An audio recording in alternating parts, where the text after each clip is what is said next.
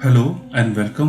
AWS के इस part में हम देखेंगे कि रोल्स क्या होता है और इसका यूज़ हम कैसे करते हैं और ये यूज़र्स और ग्रुप से कितना डिफरेंट है। इसके पहले हमने क्या किया था, एक EC2 इंस्टेंस लॉन्च किया था और इस EC2 इंस्टेंस पे हमने एक AWS कॉन्फ़िगर कमांड रन करके एक यूज़र को परमिशन दी थी, जिसके थ्रू हम AWS को हम एक्सेस कर सकते थे। एडमिनिस्ट्रेटर एक्सेस था, तो इस वजह से हम कोई भी रिसोर्स को लिस्ट कर सकते थे। और अगर आप CLI के थ्रू जा रहे हो तो हमने CLI कॉन्फ़िगर किया था यूज़र लेवल पे, और कंसोल लेवल पे भी हमने एक्सेस करके देखा था सब कुछ। ठीक है, अब बात करते हैं रोल्स की रिक्वायरमेंट क्यों हुई। तो पहले मैं क्या करता हूँ, AWS में जाके जो भी क्रेडेंशियल्स हमने कॉन्फ़िगर किए थे इनको कर देता हूँ रिमूव। इसके बाद अब आप यहाँ पे AWS configure command AWS S3 ls command run करोगे तो देखो कि आप किसी भी रिसोर्स को एक्सेस नहीं कर सकते, क्योंकि हमने जो भी यूजर लेवल पे परमिशन दी थी उसको हमने निकाल दिया है। अगर आप रोल्स की बात करो, रोल्स होता क्या है, रोल्स बेसिकली एक रिसोर्स को दूसरे रिसोर्स से बात करने के लिए हम यहाँ पे एक आइडेंटिटी क्रिएट करते हैं। मान लीजिए मुझे EC2 इंस्टेंस से S3 को कॉल करना है, उसके लिए मुझे हमारे पास दो ऑप्शन है, या तो मैं रोल्स लगा दूं या तो मैं AWS कॉन्फ़िगर कमांड रन करके किसी यूजर को यहाँ पे परमिशन दे दूं।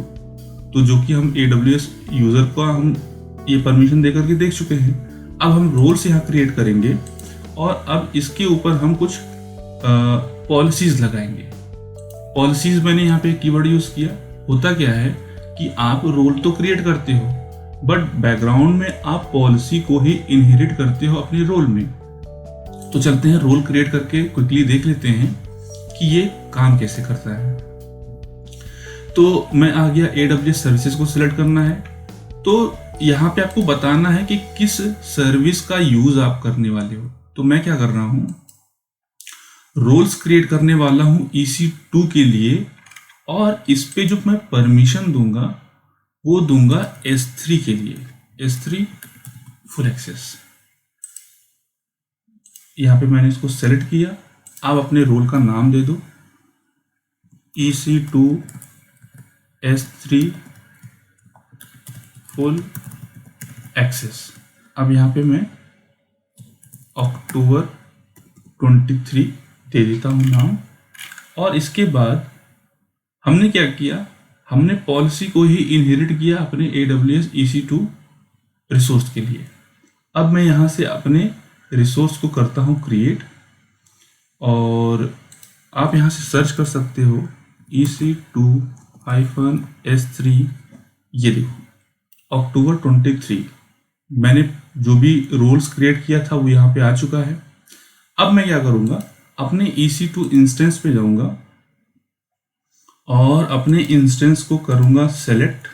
यहाँ पे एक्शन में आऊँगा और सिक्योरिटी में जाने के बाद यहाँ पे आप देखो मॉडिफाई IAM रोल,